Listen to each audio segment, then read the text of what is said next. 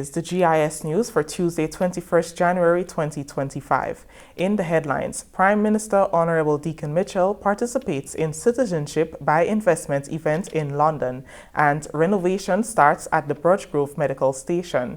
We'll have the details to these stories and more when we return. If there's one thing we know for sure, life is an unpredictable. At NIS, your well-being is priority. Now you can face challenges confidently, knowing that support is just a claim away. Contact us today to find out more about the range of benefits or visit our website at www.nisgrenada.org. Welcome back. With the details, I am Chrisanne Mitchell. Following the official visit to the People's Republic of China, Prime Minister Honorable Deacon Mitchell participated in the Future of the Citizenship by Investment event at Wilton Park, London on January 20th, 2025. The three-day event, scheduled for January 20th to 22nd, will also see participation from Chairman Richard Duncan and Mr. Thomas Anthony, CEO of Grenada's Investment by Migration Agency. This Wilton Park dialogue will bring together leaders from Eastern Caribbean states who are running the Citizenship by Investment programs, along with relevant regional and global stakeholders, academic experts, and senior representatives from other governments. The event provides a platform for stakeholders to further build on their understanding and clarify concerns about the CBI programs across the region. Prime Minister Mitchell will participate in a panel of Caribbean heads of governments aimed at gaining perspectives from Caribbean leaders on progress over the next year and the longer-term strategic vision for CBI in their countries. Continuing the news, the Ministry of Health announces that the Granborough Health Centre will be the alternative facility for residents of Birch Grove and surrounding communities, while renovations are ongoing on the Birch Grove Medical Station.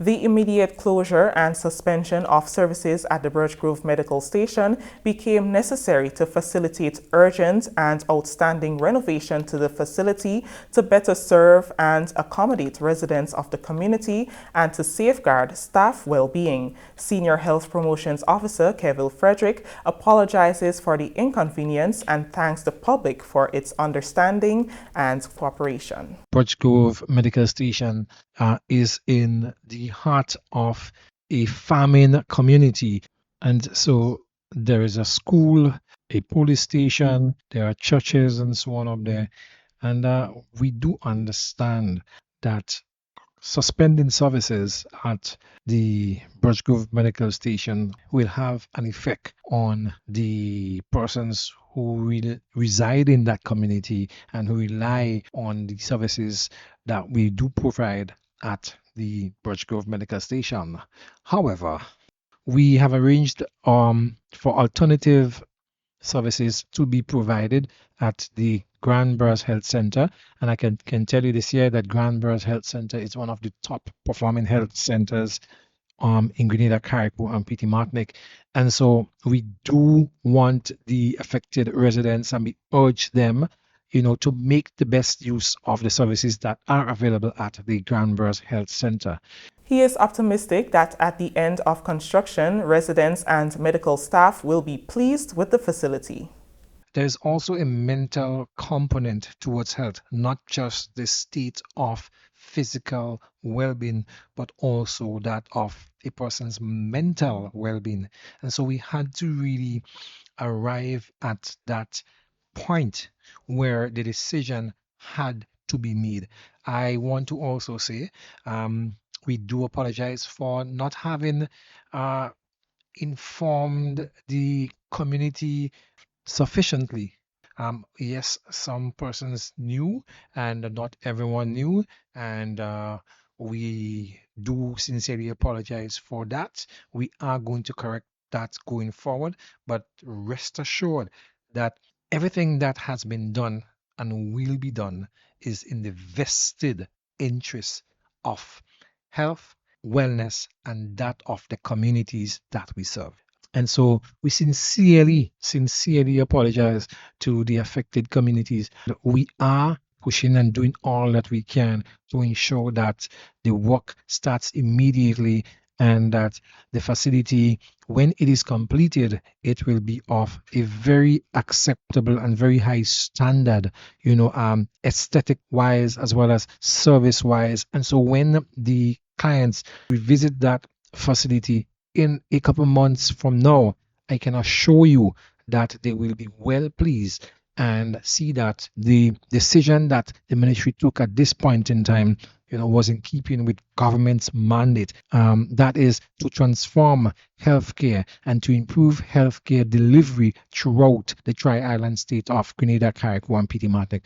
Members of the Grenada delegation that recently visited China to commemorate the 20th anniversary of resumption of diplomatic relations commend the government and people of China for their years of friendship and loyalty to Grenada's development. Grenadian Ambassador to China, His Excellency Ian Marshall, Business Representative in the Senate, Honorable Salim Rahman, Ministers Joseph Andal and Lennox Andrews are grateful to China for all that has been done and anticipates more benefits to Grenada in the future. Several sectors, including education, agriculture and trade, climate resilience, infrastructure and health, will take advantage of agreements signed with the People's Republic of China.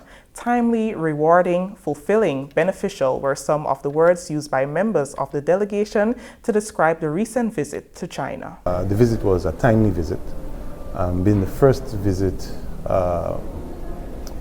to the People's Republic of China by a leader of a foreign country. I think it marks the significance of our 20th anniversary of the resumption of diplomatic ties. And I do believe that it's important that countries, not only Grenada, but countries in general, pay attention to their friends and the friends that would lend a helping hand in time of need. It also renews the bonds, it renews the different agreements that are strategic and important to developing countries like Grenada. The present needs and challenges amidst the climate changes and other poverty alleviation. We are very, very pleased to commemorate the 20th anniversary of the resumption of ties between Grenada and China. And as the song goes, for independence is only up from here, because the relations that we have with China has been strengthened, and those of us like myself and many others in the business sector who already do business with China, we have signed certain MOUs with regard to trade, and we look forward to increased partnership and trade with this beautiful country and people. The relationship has been a very fruitful, mutually beneficial one based on respect for each other's systems, non-interference in political affairs or internal affairs, and collaboration to our mutual advantage. So our stay in China has been an extremely rewarding one. The Chinese hospitality is unsurpassed. Every aspect of our stay here was well taken care of. The visit was indeed very rewarding. China is a place where there's a lot to learn. It is a developing economy. In fact, these days, China is referred to as an emerging economy. It's an economy in which technology plays an extremely important role in the country's economic transformation. Wherever you go, what you see stands out most in China is technology and the use of technology in almost everything that they do. And I think this is something that we need to adopt if we want to achieve greater efficiency as well as effectiveness in the delivery of our services in Grenada. And not just in the public service, but also for the private sector as well. The private sector needs to be as efficient as possible as a basis of lowering cost of production, increasing output, and with it, a reduction in prices, which can allow for more consumption to take place. So the example of extensive use of technology in almost every aspect of the Chinese people's life. China, as a developing economy, a developing country, is playing its part in ensuring that other developing countries can develop, utilizing their example, utilizing their aid, utilizing their grant, utilizing their technology. And most of the relation of that collaboration that we have with China comes in the form of grant. And therefore, it will be of great benefit to our people because that's money that we are receiving that we do not have to pay back. Stay with us. We'll have more stories after the break. The Ministry of Health invites residents of St. Andrew, St. David, St. Patrick, St. Mark, and St. John to an all-important stakeholder meeting to discuss the holistic development of the Princess Alice Hospital on Wednesday, 22nd January 2025 at Rainbow Inn, Granborough, St. Andrew from 4:30 p.m. In attendance will be the Honorable Philip Telesford, Minister for Health, MP Delma Thomas, Minister with responsibility for mental health, wellness and religious affairs, and Senator the Honorable Gloria Thomas, Minister for Social Development and Housing, along with other senior health officials. Yes, we want to hear from you how we can work together to improve service delivery at the Princess Alice Hospital. After all, healthcare is our business. See you on Wednesday, 22nd January 2025 at Rainbow Inn, Granborough, St. Andrew from 4:30 p.m. Ministry of Health, putting health and people first. Are you thinking about buying a vehicle? Did you find a company on social media? Stop. It may be a scam. Look out for the following red flags. Is the price lower than other dealers? Does it seem too good to be true? Are you sending the monies to the US even though you are ordering the vehicle from Japan? Does the address on the invoice match the address on the payment details? Are conversations limited to WhatsApp text? Is there a sense of urgency placed on you by the seller? You are about to be scammed. Do not take your hard-earned cash or even worse, a loan to send to these scammers. Once the money leaves Grenada's shores, you are not likely to get it back. Consider buying a vehicle already on island from an individual or a car dealer. Beware of these scammers. If in doubt, it's best to stay out. A message from the Financial Intelligence Unit. Welcome back. Farmers and fisherfolk to the north of the island will soon benefit from a cooperation agreement with China. Parliamentary Representative for St. Patrick West, Honorable Joseph Andold, recently signed an agreement to deepen friendly cooperative relations with the Ningbo province in China during his visit to commemorate the 20th anniversary of relations with Grenada. The agreement will soon see the shipment of equipment and material for members of the farming and fishing communities. During an interview, Minister Andal outlined the contents of the agreement and the direct benefits to the parish. He explained that this is part of efforts to strengthen years of relations between the parish of St. Patrick and the Chinese city. Ningbo city is located in GIS province in China, and sometime last year, St. Patrick and Ningbo entered into a sister arrangement. Ningbo is a city, St. Patrick is a parish.